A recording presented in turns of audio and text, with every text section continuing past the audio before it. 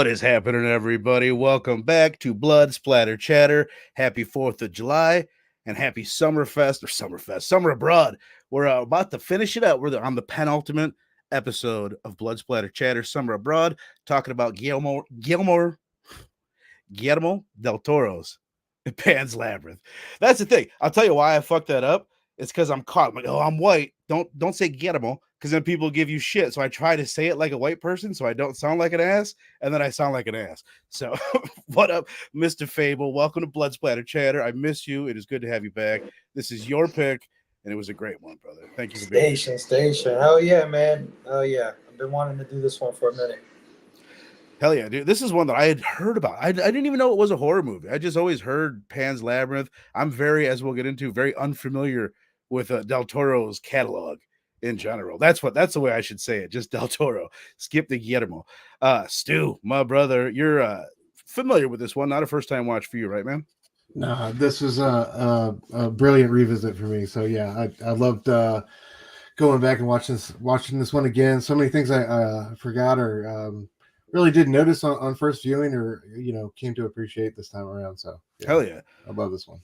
I can see that, man, because it's a layered film. It's a simple story. Thematically, it's layered. There's so many details that I didn't pick up on the first watch that I did pick up on the second watch.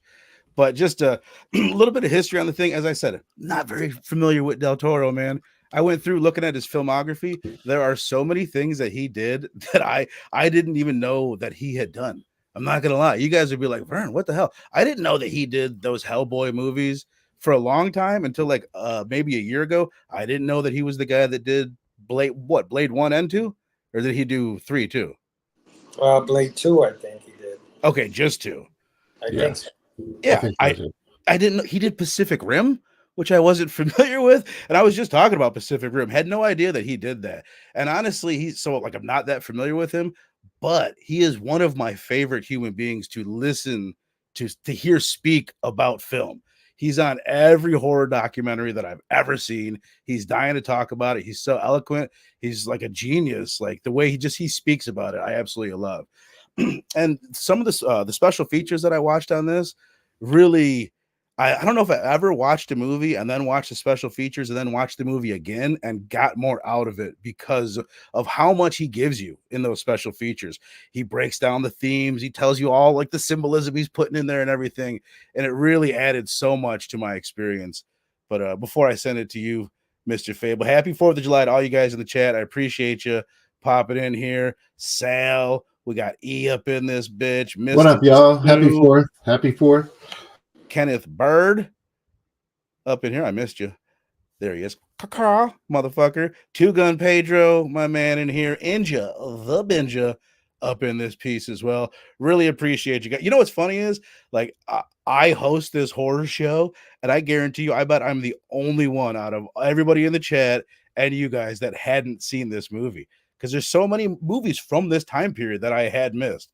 But such a great one to check off the list. I bought it before I watched it, and I'll just say I'm glad that I did. I'm gonna set that right there. Yeah, I'm so jelly, man. I saw that 4K. I'm like, shit, my shit was in 1080p. What the hell? Yeah. It looks great too. I totally agree with what you're saying about Del Toro and him and interviews, and like just anytime he's speaking about anything, like he's so passionate. You can tell he's a fan first. You know what I mean? That's what I love about the guy. And like a lot of the behind the scenes, like making of things I watch for like little YouTube. I didn't have the access to the special features like you did, but I tried to watch a couple of documentaries. I just love the care he puts into the details. Like, totally. You can tell he's just one of those top to bottom creators where he's concerned about every stage of the process, man. Guy's so impressive to me. Yeah. So I'm right there with you as far as opinions on that dude. Hell yeah, man. It really reminded me, it made me think of George Lucas, just like watching the making of and just seeing the way he's got his fingers in the art department. He's the writer, he's the director, he's involved in the music, even the lullaby that we hear. He sounds like almost an annoying guy to work for, though. Like when he tells a story about how that lullaby came to be, he's like, the guy was writing it. And I would be like, I would listen to it. I'd have my daughter and my wife listen to it. And I'd be like, add a couple notes here, and he'd send it back, and there would only be one note. And I'm like, no, add two. No, I don't. Anyway, but that's what George Lucas is like. Somebody that's just, you give him a piece of art, and he's like, it's cool, but it could be cooler. When most people would just take it, he's like, no, it's not quite my vision, and he tweaks everybody in every department to make this like such a unique piece of art. You know what I mean? What looks, what feels like this or sounds like. That's funny you said that, because I heard the practical effects people, or the people who built the Fawn get up, like say the same thing. Usually we show something to a director or a producer, and they're like, oh man, this is incredible, what vision, whatever. We showed it to Guillermo, he's like, nah, you got to go back to like, no, this is not what I'm looking for. You gotta tighten this up. Like, I love that, man. Yeah, absolutely. Hell yeah, man. Hell yeah. And this did win 3 Academy Awards. I just had it. I know it won for Best Cinematography, Best Art Direction, and Best Makeup. So I wonder if he's ever won Best Picture, or if he's ever won one himself, like for director, writer, or Best Picture, or anything like that. But Fable, my brother, I assume this is a movie that you came across with when it came out. What's your history with it, and how was the rewatch for you, man? I saw this movie when it first came out. Yes, I was definitely a bigger fan of Guillermo del Toro back then. I can't say I'm his hugest fan. Like I'm not a big fan of all of his movies, but I think this one is definitely his masterpiece. This is his chef's kiss to film. But yeah, I was captivated by it when I first saw it. I was just totally in love. It has so many elements that I love in movies, especially that Alice in Wonderland kind of feel to it, which this movie brings very hard. So yeah, no, I love this movie then. And on the rewatch, the only thing that annoyed me is that the subtitles weren't exactly right, and I'm thinking in my head, I'm like, people are reading this and they're loving it because I loved it too, but they didn't get everything correct. But that's it. Besides that, this movie's a masterpiece. Hell yeah, man.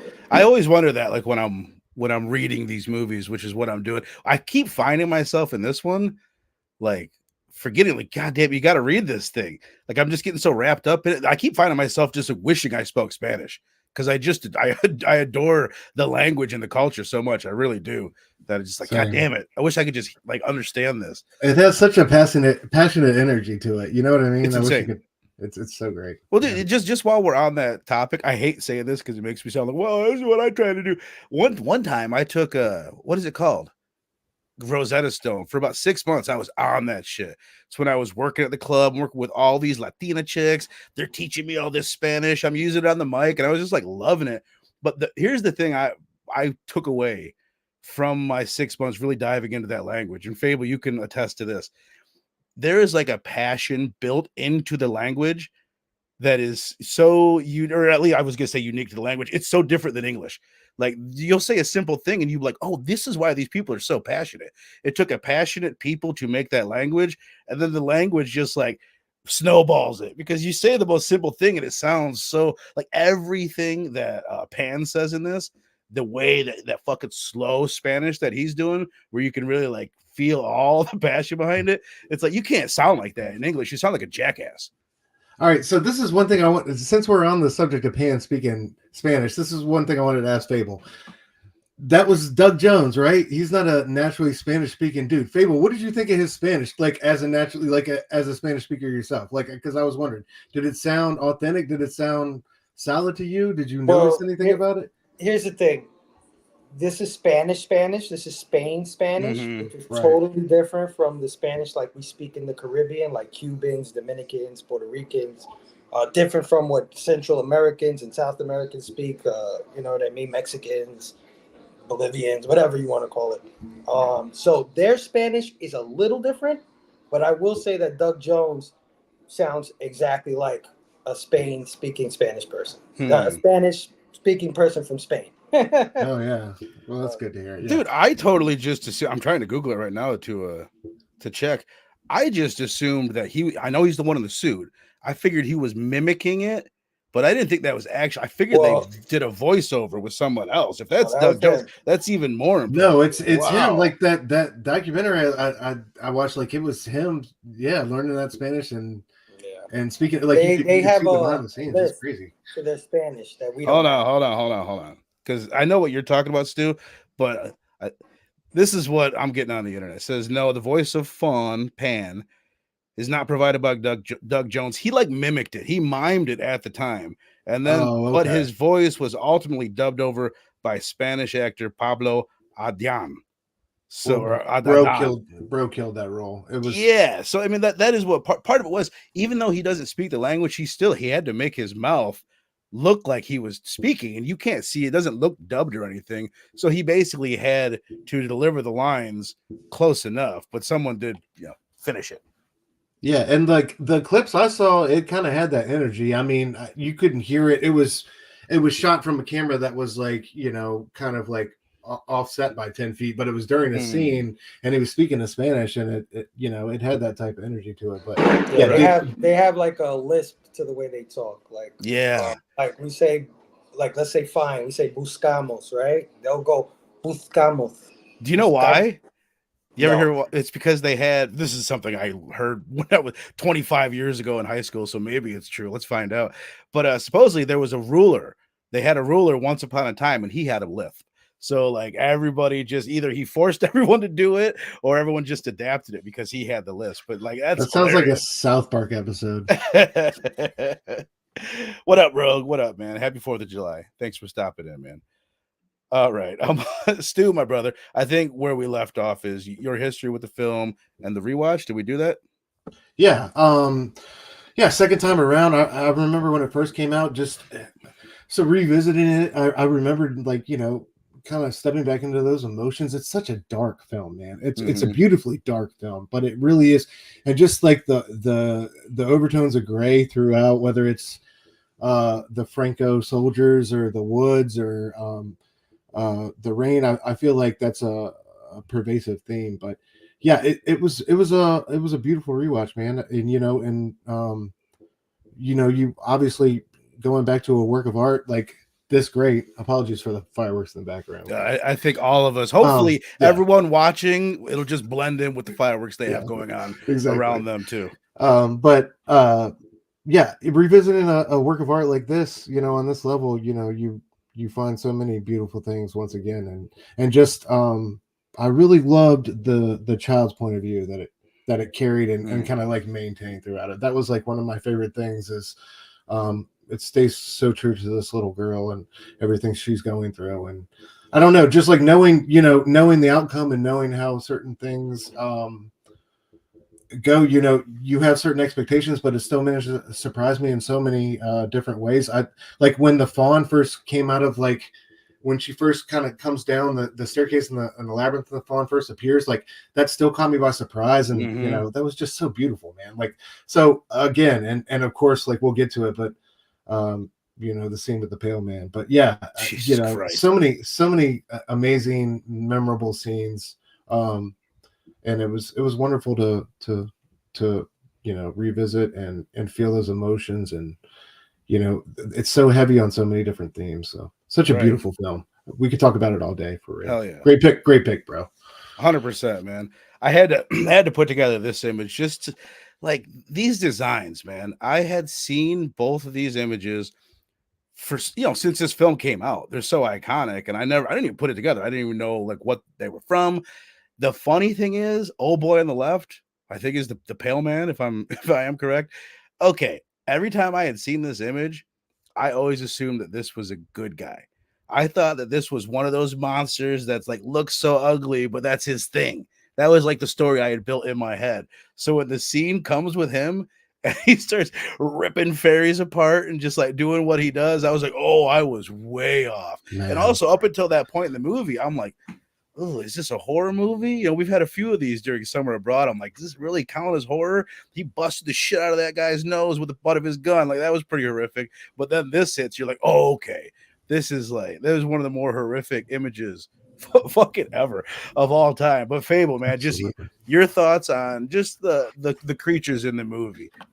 Pan, Fawn, the pale man, just the look of the fairies, anything you want to talk about with the creature designs and the characters behind them. This is some of the greatest creature designs I've seen since maybe the movie Legend, to be honest with you. Like, that's a good call out. Yeah, I mean, just fantastic. From the moment you see the what kind of bug is that you see in the beginning of the movie? It's a stick bug that they call a fairy. Yeah, well, when you see that bug in the beginning and the way it's behaving and the way it's acting, first of all, that's creepy enough for me. I don't know about you, Verno. That's pretty horrific for me to see a bug doing all that shit. But yeah, just from then it's captivating. And then what really captivated me, besides Pan himself, is when the bug transformed into a fairy. Mm-hmm. I was just like, wow, this is really like, I find it's hard to find the words to describe it. Mm-hmm. But it's just like, it's scary and beautiful at the same time. Just like you said, it's beautifully horrific. It's beautifully dark. Two things there, man. First off, when she does that, when the fairy like transforms, I'm like, oh, okay, that's what this creature is going to be. I thought that fairy was going to eventually transform into our friendly pale man. Right. So and the second thing I wanted to say is, I love at the point, like you've met Pan, you've met these fairies, you've hung out with them and seen them, you think you know what they are. And then at one point you see them and they're eating meat, and one of the fairies takes a bite out of the meat. You look at him like, oh, okay, this is the meat eater. It just like, it puts it into a different perspective. That was cool, the way it incrementally the whole time. And I still don't know. We'll discuss it. I don't know what to think of these characters completely, good or bad. You know what I mean? Areas of gray, but. Yeah, but then you see the fairy too. The fairy looks sort of demonic, right? It's not like a beautiful, bright, colorful fairy with butterfly wings. It's like a baddish type demon looking thing, but it's still beautiful in a lot of ways, just like Pan. Pan himself, he looks like he came out of a tree, if that makes any sense. He has moss on him. He's old and dirty. Looks like a goat, right? With these like goat eyes, and it's just like, you don't know what to think, right? Even the main character herself, she doesn't know what to think of this guy. Right. Throughout this movie, she changes her mind about him several times. So right. Yeah, no, it's definitely scary, and it's definitely beautiful, and the designs are iconic and memorable. Exactly. That was one thing before I sent it to you, Stu, that Del Toro talks about when he's interviewing artists to work for him. He'll ask them their influences. And the key thing that he likes people that their answer will be like historical art figures, and people that are less. And he's basically saying that is how you get things that don't look like everything else. And it does. You do end up like most things are going to look kind of the same, but you look at a Del Toro creature, even now that I know that he's the man behind Pacific Rim, it's like, yeah, those are the most different looking kaiju that I saw when I was putting together that kaiju show. They stood out so much. Look at his vampires in Blade. I mean, you used to just fangs on vampires and stuff, and his vampires were freaking like snakes, man. Their jaws broke apart. It was insane. Right. Hell yeah. Stu, my brother, what do you think of the creatures, the design, the characters? Oh my god, it's so incredible, right? Like Fable just said, I love the fairies. It does like flip the script when they change form, and it never feels like wholly benevolent, right? They always feel like there's like this unnerving nature about these characters, especially with Fauno. Like I love their interactions, like between him and the girl, and the mandrake root is crazy. Like put it in a bowl of milk and feed it 2 drops of blood in the morning. Like that's just like, wow. Sounds like me in college. But yeah, man, I love their conversations. Like we were talking about just earlier. Like I love the voice they found for that character. I mean, it's just so spot on. He's memorable, and up to the very end. I don't want to get too far ahead, but like, no, go ahead, man. Go wherever you want. With the knife and her baby brother, and her ultimately getting shot, just like the part he plays, and this whole childlike fantasy. And I love that final shot when the captain's walking down the steps, and like we see her and she's not talking to anybody, right? You know what I mean? But I also love what Del Toro tries to say about fantasy and how real it can be for so many of us, and the power of stories, and how the world doesn't really shape stories shape the world. Like I really appreciate that message he tries to convey through these characters. Dude, the Pale Man, I mean, that's an all-timer, right? We first see it, I thought the eyes were going in the nostrils. That's where I thought the eyes went. Then he puts them in the eyes. I was not ready for like they go in the palms of the hands. Dude, I love the scene. She gets right up next to him. She looks in there. We got those like mural of paintings of him just eating kids and all sorts of. And then the pile of bones, fucking magnificent, man. And then I can't even be half mad at her. Those were some luscious ass looking grapes. You know what I mean? They were nice and cold and sweating, and the poor fairies, dude. They tried to warn her, but yeah, dude, that scene. What do that we scene think? Alone. What do you guys think's going on there? Do you guys think there's like some kind of magic? She's not just being tempted by the grapes. I get the feel there's something magical that's pulling her to eat those. Do you guys think? It definitely feels like that. Right. Yeah, it's a trap for sure. I think and it's also a statement on like, you know, everybody showing up in the breadline and you know, Franco Spain and that period in Spain during World War II, and how, you know, all the, like, you know, how they did the farmers that were just trying to hunt rabbits to feed their family. Like, I think it also speaks to that, like how these people were definitely hungry for most of the time. Right. Well, speaking of that, I don't know how much. Most of this is stuff that I'm learning. You're over there saying Franco Spain with a lot of confidence, like it's some shit that you say. Come on, man! It's not something. Come on, bro. It's nothing I've ever said. I believe in you, bro. Really? No, I really hadn't. But basically, just looking into it, if I can be the one that doesn't know what the fuck he's talking about, go ahead and set it up. From what I understand, the story takes place 3 years after their civil war, right? And during the World War II, they started out neutral. So that's part of it, where they were neutral with leanings towards the axis. So then this story takes place at the tail end of World War II, where they are kind of fearful of what is going to happen because they realize the way it's going to go, the Axis is going to lose. They were kind of supporting them. And the way it did go is that they were kind of ignored by the rest of the world for years.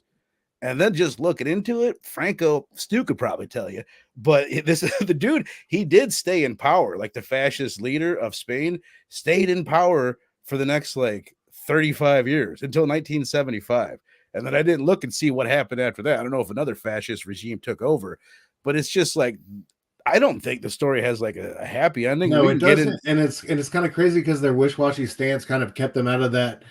Like when it went to rebuild, like with it, like they kind of, I think they were real close to being in the same league with Italy and Mussolini, right? But like I think, you know, because of that ambiguity and like nobody really stepping, you know, people were only willing to do so much, I think, when it came to reconstruction and those rebuilding efforts and like cleaning house. And I don't know. Yeah, Spain had, I guess, the right people in the right positions that allowed the wrong people to stay in power, unfortunately.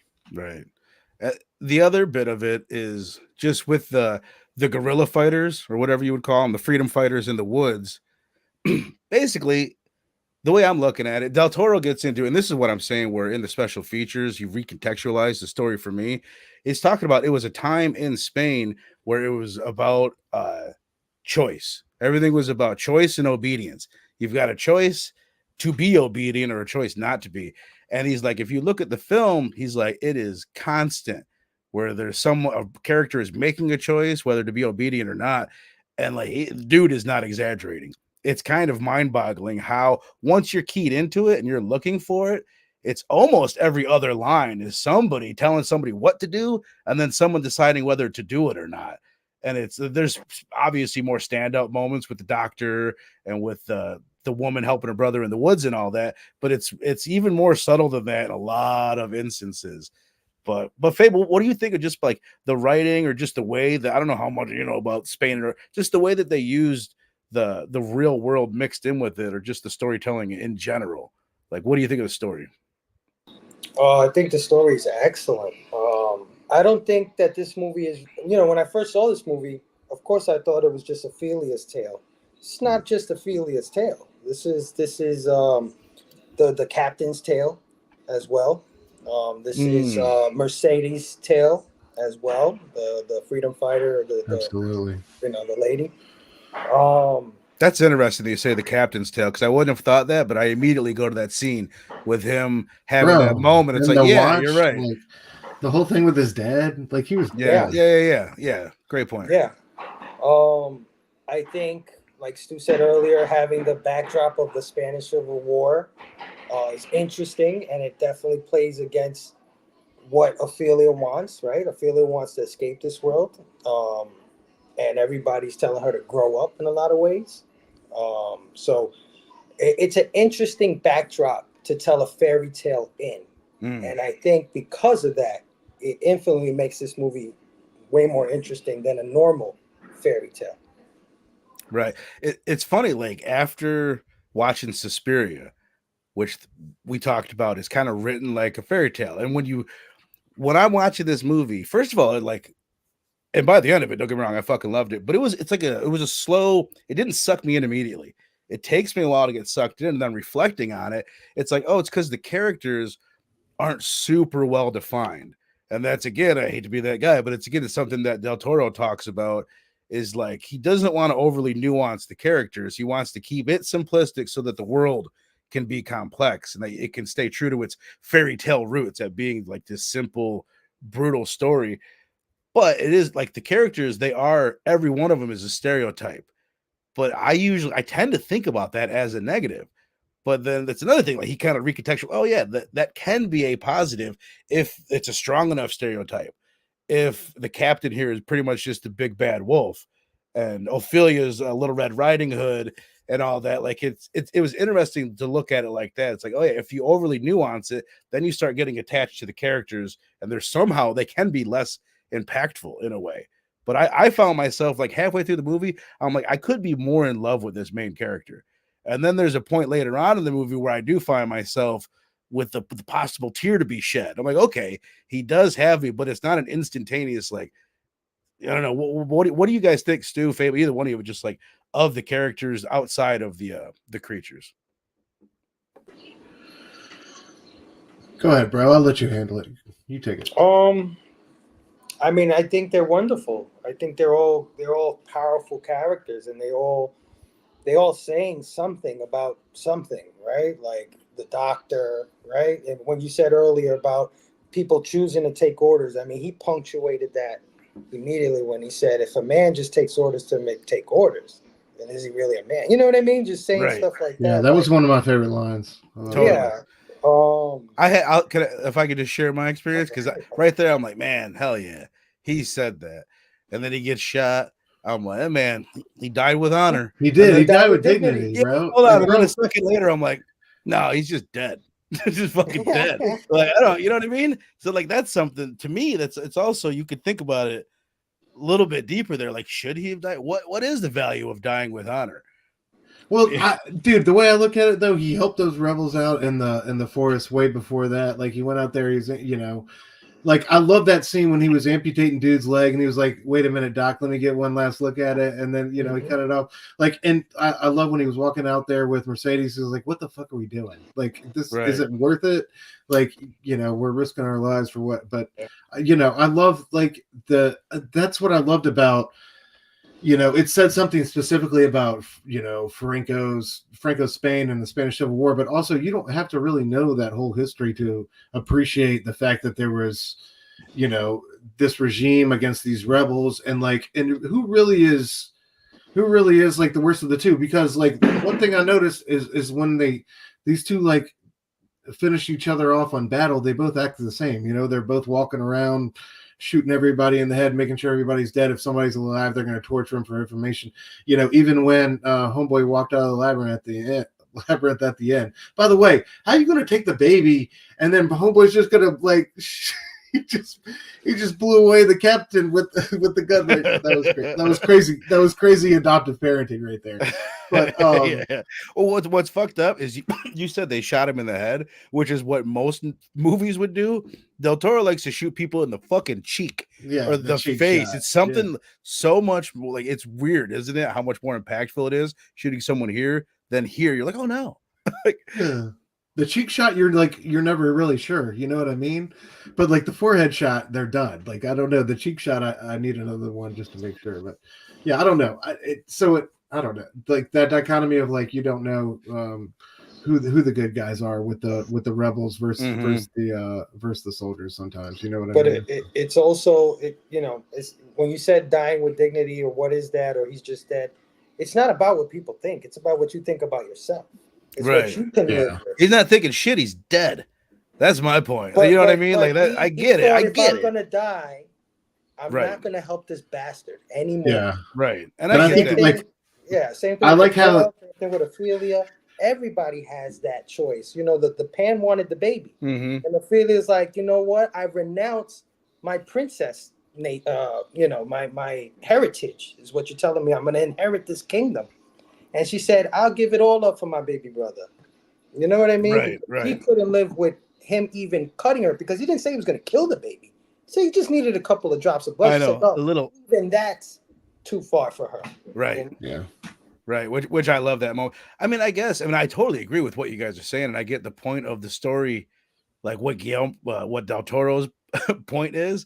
But I guess that was my thought. Is like, no, you are dead, and there ain't shit that your honor isn't real. There's something just in, like you said, it was just in his head. So I don't know. Like in my mind, is that the lesson to be had? And it's he could have done other things. That guy was going to die regardless. So that guy's dead, and yeah, you don't want to work for this guy anymore. But I felt like there's sometimes where they put I don't know, just the idea of an honorable death. It's like, no, you're just fucking dead. I guess I'll just repeat myself. But all right. I wanted to say, what was my one little gripe that I had?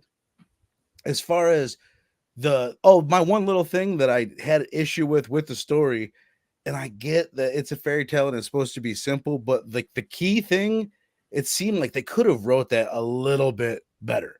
As far as like, they made it pretty obvious the captain gave her the key. Now, if someone gets in there, he knows exactly who the fuck it is. Why not break the lock?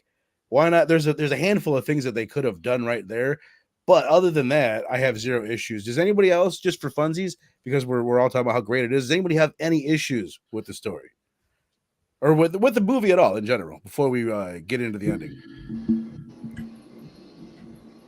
No, Not really. I mean, perfect. It's a perfect fucking movie. There's nothing we can come up with that's negative. I mean, there probably is, but like I don't know, man. Just on the revisit, I was like, man, this movie is fucking awesome. Like I agree. It's you awesome. know what I mean? I wasn't. I don't know. Like I think that more critiques, and like I could definitely find problems with it on a second, third, fourth rewatch. You know what I mean? But just coming back to it, like for this one time after all these years, it was a joy to rewatch, man. But I definitely think there's, I think there's some disjointed like character stuff. I think you could definitely like focus on some characters more and try to pull out those stories. But I see what you're saying with the Doctor a little bit, but I don't know. At the same time, I like the arcs that all these people went through. Right. I'm not even saying like my bit about the Mercedes went out like a Jeep. Wouldn't be the first time I gutted a pig. What? Like she's the most badass character in the story. That. What do you guys think, Fable? What do you think of the mom? Just as her. Before that, I was gonna say the only person that has illogical thoughts is Ophelia herself, because she's supposed to be getting ready for this party, but let me go in this muddy ass tree before I do that. You know what I mean? What a stupid move. But it's because she's disobedient. She's a kid. Yeah, that's a kid being a kid. Absolutely, right. So you can't really even knock her for that. I think that's why you just asked me. I think that's why she gets as far as she does in the movie, is because she is the one that's going to be disobedient. She's Harry Potter. Harry Potter's constantly breaking the rules and doing the wrong thing, which is what a lot of like kids in stories do, is they break the rules. They get into some trouble and they end up better for it.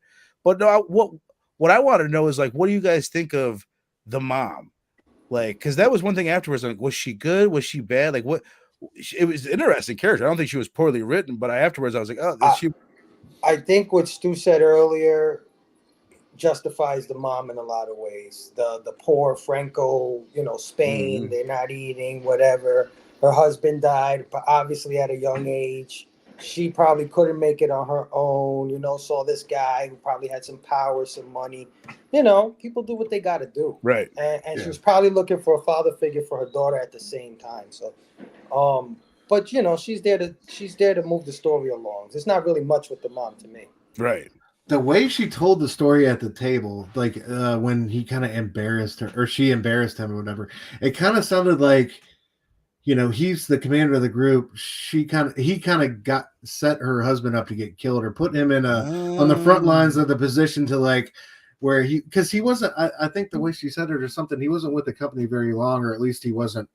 He hadn't been dead long before like this happened. I don't know. And like he died, and like a year later they met again. I wrote that down. It's like, what was that about? Why were the women like, yes, it was very curious. I didn't really get that. Oh, I thought it was less than a year. It was a year later? I thought it was like months or something like that. Maybe it was. Okay.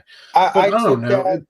I took that from the old ladies. I took that from like I took it like if they were looking down on her, like she's a pauper. And it's very curious why this captain would go after this seamstress when he could probably attract something of more stature in their world. That's what I wasn't sure if it was. It was like that sounds mad accurate to me though, because that's like, you know, he seemed embarrassed. He was like, you know, forgive my wife's foolishness or whatever. Yeah, so it definitely felt like he was trying to protect his position. He's such an asshole. She thinks people care about her little stories. It's like, oh my god, he was such a piece of shit. He did a great job at being just like the first time Ophelia hops out of the cart and like goes to shake his hand. He's like, grabs it. Yeah, like bro, he's brutal, man.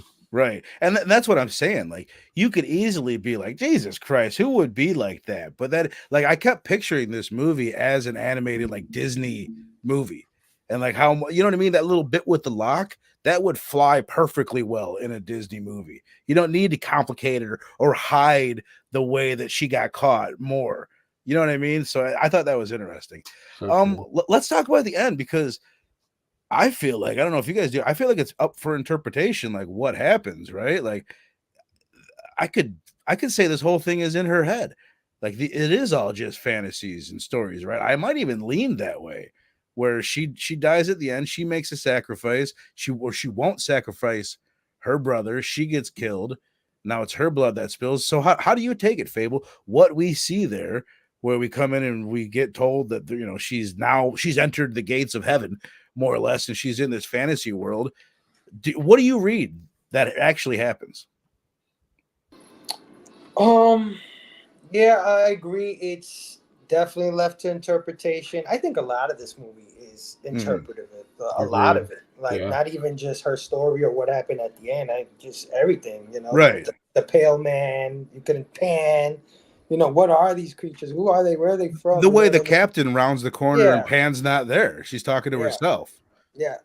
Even the captain to a lot of degree, because even though he is a big asshole, when he killed those guys who were hunting the rabbits, and he found the rabbits in the bag, he went to his soldiers and told them, he said, yo, you make sure you search these men well before you bother me. You understand what I'm saying? In other words, like, this is on your hands. They died because of you, because of your carelessness. Right. Look what you made me do. Yeah, like I don't know. There's just a lot to it, more than that. But as far as the ending, I'm gonna say that it was real. Right? It's not in her head. It was actually happening. The only reason why she can see it is because she's from their world, right? And they're not from that world. Mm-hmm. And the only thing that it's a stupid little scene, but it's the scene that makes me think that this is happening, is when he goes into the labyrinth to chase her, and the wall closes after she goes through it. Right. Right. And all of a sudden he can't go through where she went through. So that had happened, right? Like, she can't walk through walls. The other bit is that the mandrake, when the mandrake gets burnt, the mom does die. That's another thing you actually see. Yeah, that too. Yep. Yeah. Yeah, that's a good point, because I was kind of on the other side, but those two things, they're real, man. It's real. What do you think, Stu? I'm done with Fable, bro. I think those are great points. And like I was saying earlier, I love how he skirts up against the edge of fantasy and makes it believable and makes you doubt. Like I love the ending and her ascending to you know, the palace and seeing her mother and all that, because she didn't let an innocent get sacrificed. But I don't know. I think the ending is definitely a lot. I always wondered like why they wait outside the labyrinth for the captain, and like after he shot her. That part always kind of bothered me. If we're talking about problems with the story, but regardless, yeah, man, I thought the ending was so powerful. With her kind of protecting her brother and there you go. I can tell the fireworks are going off in New York City, ladies and gentlemen. Yeah. And Pan even tells her like, you're gonna disobey me. You're gonna give up this kingdom for that little brat. Right. And Moscoso, that's what she called. Moscoso means boogery, like boogers. That's what that means. Really? That little booger. If it would have said booger, I think there's some times when they change stuff because it just doesn't hit the same. For that little booger in that moment, I would have been like, yeah, I would have been like, duh. But yeah, let's change There's it a lot. to There's Brett. a lot of it, man. Even when like, you remember when they brought in all the goods into that storage room, and he's smelling the tobacco, and he's like, and he smells the tobacco. He's like, oh, we got this, we got that, and the words just simply say "and tobacco." But if you listen to him, he's going, ooh, que tobacco. Like, damn, this is some good shit. Which is totally different than what was written. That's great. Oh yeah. That's awesome. I guess that's kind of the way I took it at the end. And I know we said the two things that kind of fight against my argument. I just felt like, damn, she did die. It was all in her heads, and like, it's kind of beautiful in the same way. It's because look at this girl that was in this situation, and she was using stories and fantasy to escape it. It was the only escape that she had. And if the story is really about this poor girl who lost her mother and her father, and her brother's now gone, and she lost her life, I would kind of rather it be a story about a girl living this fantasy, and that she, she gets into her own kingdom at the end. So either way, I love that they didn't make the decision for us. You can have either version of it you want. And I'm sure there's other little details that swing it either way that we may have missed. But it's a classic retelling of a classic tale. I mean, Alice in Wonderland is the same thing. This happened to Alice. Did she really go to Wonderland? What was the other movie? Wizard of Oz. Yeah. Same thing. Did she really go to Oz? But the difference is that those movies aren't nearly as dire and dark as this one. Right. That's just to get back on that. Just one thing I wanted to point out, like the way the movie opens. It's funny that you say the stick bug was like creepy to you, because the stick bug was very whimsical to me. Everything is, purposefully very whimsical. And you don't know what you're getting into, and I'm telling it, okay, this is very much a fairy tale, even more so than I had thought. But then you get to that moment, the first bit of violence, when he busts that dude's face and with the butt of a gun, and you're like, whoa, bro, like it is so out of fucking nowhere. Yeah, I guess that's one thing maybe that just as being the horror hound that I wish there was like one more moment of like real brutality. I mean, I guess we do get the shots in the face, but I feel like that gun butt moment is man, come on, visceral. man. I guess I guess you're right. There's the moment with the pale man. That moment where the captain gets attacked. Those are some pretty horrific moments. Maybe I'm wrong, but I just felt like I wish that there was one more like maybe gnarly, scary moment. When he's talking to the lispy guy that they caught, and he's telling him, "This is gonna make you my friend. This one's gonna make you talk to me a little more." He's pulling out all the torture tools. Right. That was funny. That's what I loved about like the human monsters in this are scarier than the monster monsters, man. Like it's no joke. Like dude is like that first bottle, like when he smashes dude's face in with that bottle is rough. Right. You at that moment that you're talking about, Fable, where he's got the first time the captain's in there about to torture someone.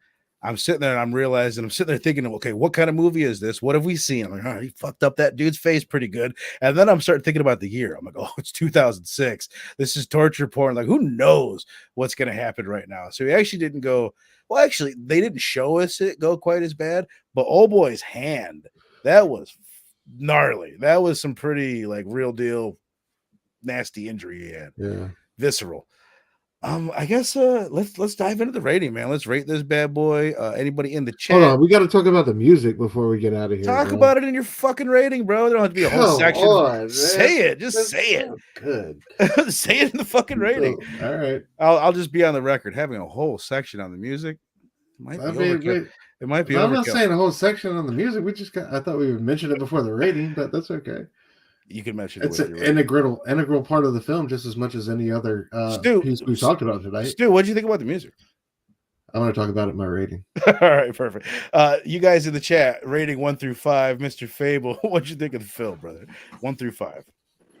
5 all day. It's easy. This is an easy 5. I mean, it hits on everything.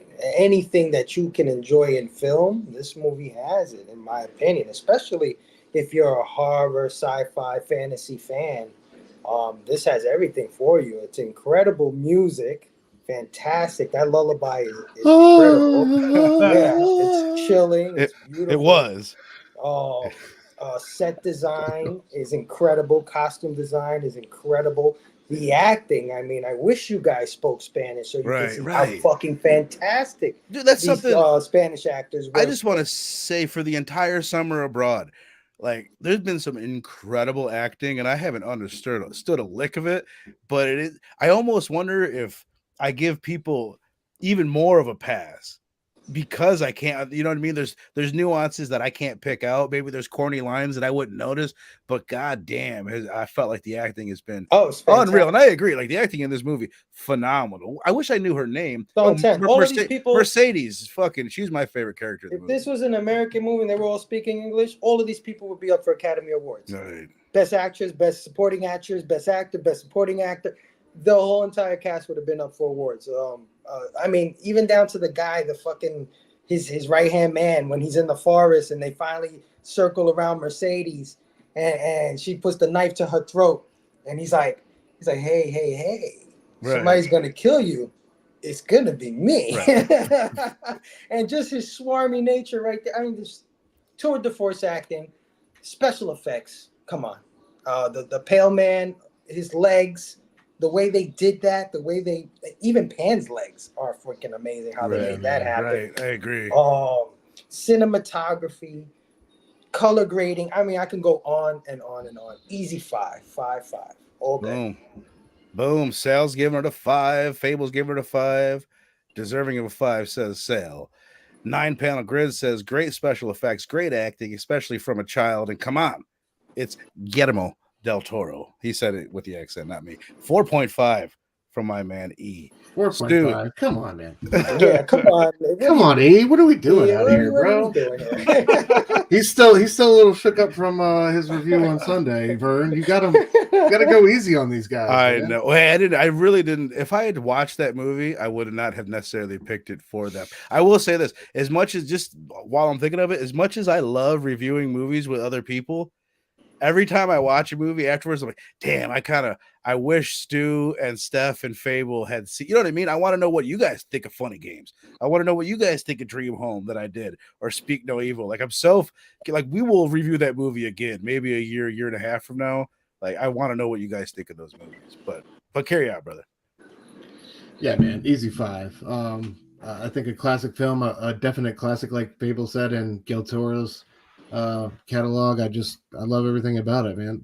He said it all already, but I'll repeat it. The practical effects, the music, the acting, all every role, sensational. I love the story. I love how it's a dark fantasy set in a historical drama, and it's got so many other things going on. It tells a bit of history as well. An all-time monster, and 2 really all-time creatures. Really, yeah, absolutely. And the Mandrake. Hey, wait.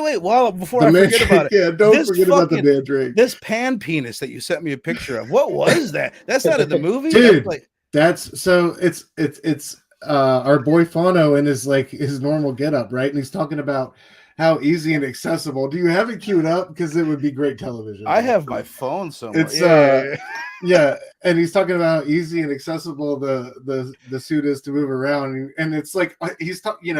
It's weird because he's talking as Fano, right? Because I don't feel great about him fucking showing. And then it goes to his lower half. Yeah. Yeah. Yeah, a little root dick. Yeah, little baby carrot, little I baby am carrot.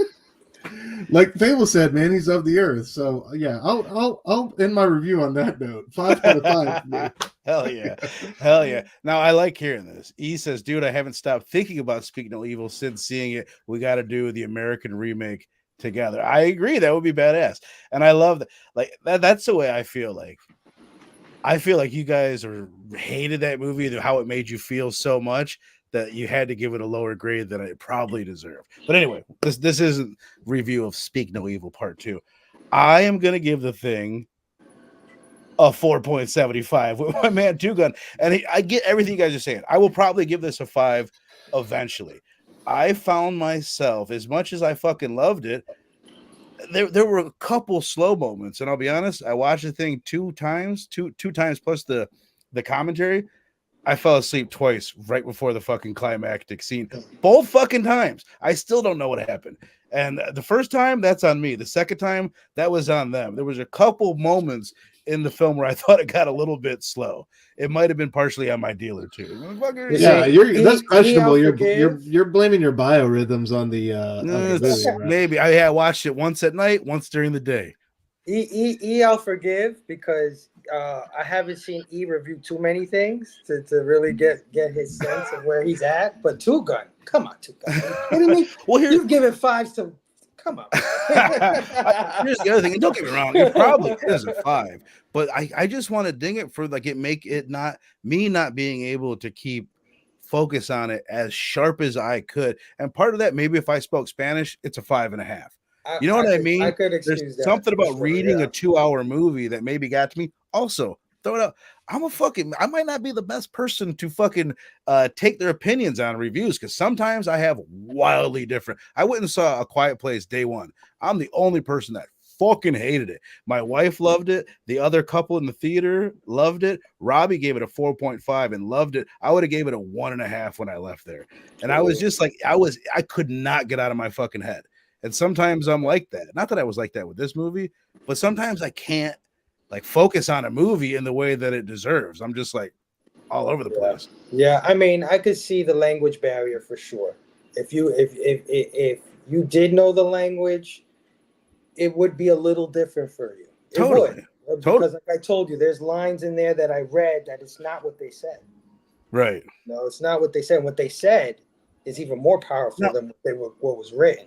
As a Spanish-speaking person who, like you said, you don't necessarily speak that exact dialect, do you find yourself still reading the whole movie, or are you just kind of reading when you don't understand a bit? Or I'm reading for shits and giggles. Right. I understand it completely. Okay. Yeah, I understand it completely. I'm just reading it for shits and giggles just to see what they write. What they come up with. Yeah. Right. But right. I'm not gonna ding it 100% because it's serviceable. It does what it has to do as far as a translation. Right. It's better than most. Let's just put it like that. Right. But there's just some things they could have tweaked that would have probably been a little better. But it would never overcome not knowing the language. Like, it doesn't matter what you read down there. You know what I mean? Right, right. Two Guns saying, I do have to say that he liked it better on a rewatch than he did when he was younger. I can see that. Amen, bro. Yeah, I can see that. For sure. I mean, exactly what we're talking about, all the thematics behind it. Because when did this come out again? 2006. Yeah. Something I wanted to say. Just back to fucking Parasite, right? There was something about that. The Academy Award winning movie, another one. And there was they talked about how they spent so much time and put so much care into the subtitles on that movie. And you can tell, just like I've been spending we've been like doing this for 5 or 6 weeks now, reading most of our movies. And there was something about Parasite where it made it so much easier that you don't even notice half the time that and this one, it's just a little bit more difficult. The Hong Kong movie that I watched, that was the hardest by far. And it's just like the language difference, and clearly they get across their ideas a little quicker than we do, because it was like it's really some of the South Korean stuff, and that's what Parasite is. But I'm glad you mentioned that, because that's exactly what I was going to bring up. Old Boy. I don't know if you've ever seen Old Boy, which is a South Korean movie, and that movie's phenomenal. But I can tell that there's something missing in that translation. Right. All right, I'm I'm hearing some big fireworks go. I'm looking on the camera to make sure my baby's still babying. All right, she's still good. All right. I guess we wrap this bad boy up. What am I doing? Boom. Doing Martyrs. This is next Thursday. Rockin' Robbie from Pop Culture Philosophers will be joining us here to wrap up #Summer Abroad. Super excited about it. This has been illuminating for me and very entertaining. Great, dude. Been a great fest, man. You've done a great job, man. Absolutely. Thank you, man. I really appreciate that. I appreciate all the support. You guys in the chat. Two Gun again. Appreciate you. Sal, Kenneth Bird up in this bitch. Inja the Benja Rogue Collecting. Oh yeah. I don't know why I always call her the Benja, but I like it. But yeah, she's gonna be joining us for Horror Fest, guys. So hell yeah, let's go. Hell yeah, absolutely. Hell yeah, man. What shows are you doing, Angie? If you're still in here, I'm really curious. Hit me up. I want to know. Yeah. So Martyrs, difficult movie to watch. It's on Tubi. I have still yet to see it. But what I always hear about it is like, oh, that movie fucked me up for a week or two or whatever. But it's one of the most like respected movie of its kind. And this is the reason why, like, Stu, I don't want to scare you away. I hope you watch it because I like having these, like, I don't know what's the right word, touchstone, or like these reference point movies that we can be like, well, it's better than blood sucking freaks or whatever. Like, you know what I mean? Have these movies that are like, and this is that movie. It gets compared to all the time. All I know, these two ladies that we see here, they have a very unpleasant evening. I think there's a basement involved. Okay. It's like not necessarily home invasion, but it's in that torture porn, something goes wrong in a basement. But I also hear that it's a good story. Like it's an elevated torture porn. People getting fucked up in a basement kind of movie, if that exists. Okay. Two Guns looking forward to it, and that's all I know. Oh yeah. This is one that I might lose some friends over. We'll see. We'll find out. I don't know just how bad it is. I got it. Yeah. This isn't for quite a while. When is this? This is like at the end of July or something? 21st of July at 12 p.m. Eastern. That's a Sunday. Oh, hell yeah. Yeah, Sunday at noon. Sunday at noon on the 21st. And you're getting together with all of your friends from across the pond, Ireland and UK? Yeah, because a lot of those guys, they've been following me and supporting me for a long time. And, you know, with me, I've changed the show so many different times. It'll be Sunday at 6, Saturday at 12, Friday at 9. You know what I mean? I just keep switching on these people. And I feel bad for them because this latest switch, we went Friday at 9. So that means most of them are in bed by that time. So right. They always supported me. They always pop in anyway, just to say what's up. So I said, you know what? I got to do something for these guys because they always been there for me. I want to do something for them, but not only do I want to do something for them, I want them to come hang out with me, man. I want them to tell me their experiences because, I mean, there's a whole UK comic scene that just we don't know about. Right. Really passed us by. We got a lot of their artists and a lot of their writers, but we didn't experience them when they were first starting out like these guys did. Right. And it's going to be awesome. One, because all these guys are from different parts of the UK. So it's going to be like different English accents, right? All you got subtitles on that shit? Right. Including myself, because I have a deep New York, accent. And I have a gentleman on there that's from the South. So he has a bit of a Southern accent. And the reason I included him is because he loves UK comics. He's a big Judge Dredd fan. So I thought that was a great juxtaposition because then I got a guy on there also from the UK that loves Marvel comics. Like that's his shit. He doesn't fuck with nothing else but Marvel comics. So it's just going to be so cool to see everybody's perspective.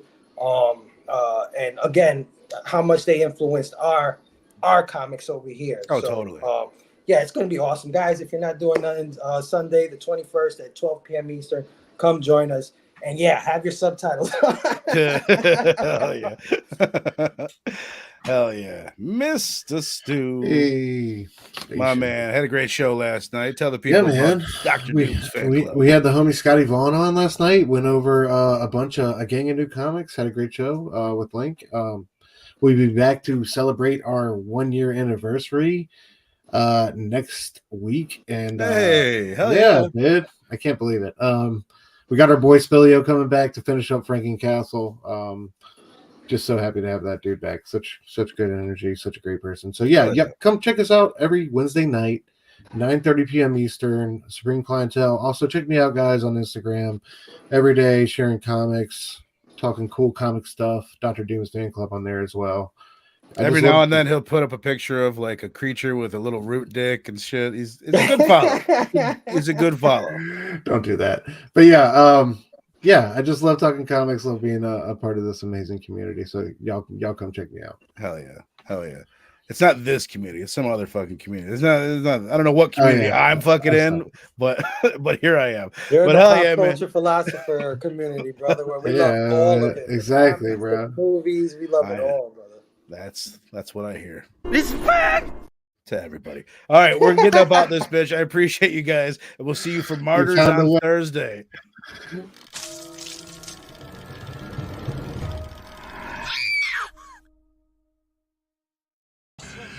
That will be quite enough of that.